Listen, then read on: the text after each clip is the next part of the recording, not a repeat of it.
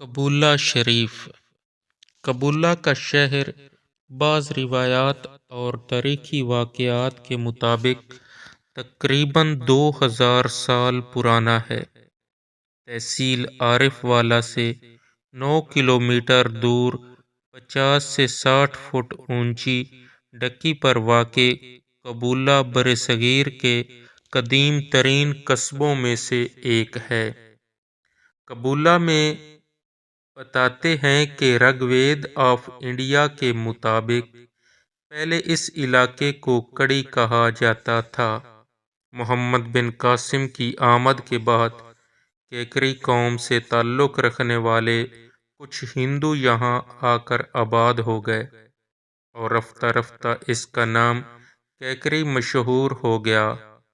مشہور ہندوستانی بادشاہ غیاث الدین تغلق نے اپنی زندگی کے ابتدائی چند سال کڑی کیکری میں گزارے۔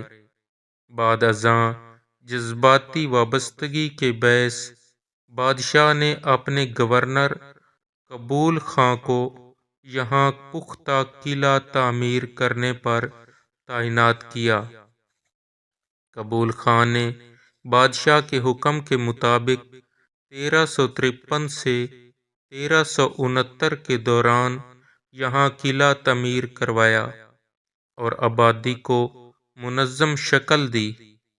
قبول خان کی نسبت سے پہل اس علاقے کو مقبولہ، پھر کوٹ قبولہ اور اب صرف قبولہ کہا جاتا ہے۔ کبولہ میں موجود واحد بازار کہا جاتا ہے۔ کبولہ ہیر رانجھا کی نسبت سے بھی جانا جاتا ہے کہ رانجھا جب ہیر کو اس کی شادی کے بعد بھگا کر لے جا رہا تھا تو یہاں آ کر پکڑا گیا۔ ہیر کا پتن، رانجھے کا خوں اور رانجھے کا ٹویا جیسے مقامات کی باقیات آج بھی کبولہ سے بھی جوڑتے ہیں۔ ایک اندازے کے مطابق اہم بازار و چوراہے کبولہ پاکستان کا واحد شہر ہے جس کا صرف ایک ہی بازار ہے۔ فیصل چوک اور گولا چوک کے نام سے شہر میں دو ہی نامدار چوراہے ہیں۔ اہم درباروں میں شاہ موسیٰ ابو المکارم رحمۃ اللہ علیہ، پیر دیوان دستگیر اور پیر محمد شفیع کے دربار قابل ذکر ہیں۔ دربار شاہ موسیٰ ابو المکارم رحمۃ اللہ علیہ کبولہ کی مشہور عمارات میں سب سے قدیم گورنر قبول خاں کا تعمیر کیا گیا قلعہ ہے۔ دور حاضر میں اس قلعے کا صرف ایک حصہ باقی ہے۔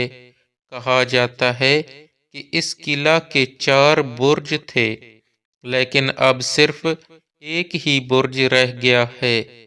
سکھ کی مڑی گولا روڈ پر 150 سال پرانی سکھ کی ایک مڑی بھی ہے، تاہم اس کے بارے میں کوئی نہیں جانتا کہ یہ کس سکھ کی مڑی ہے۔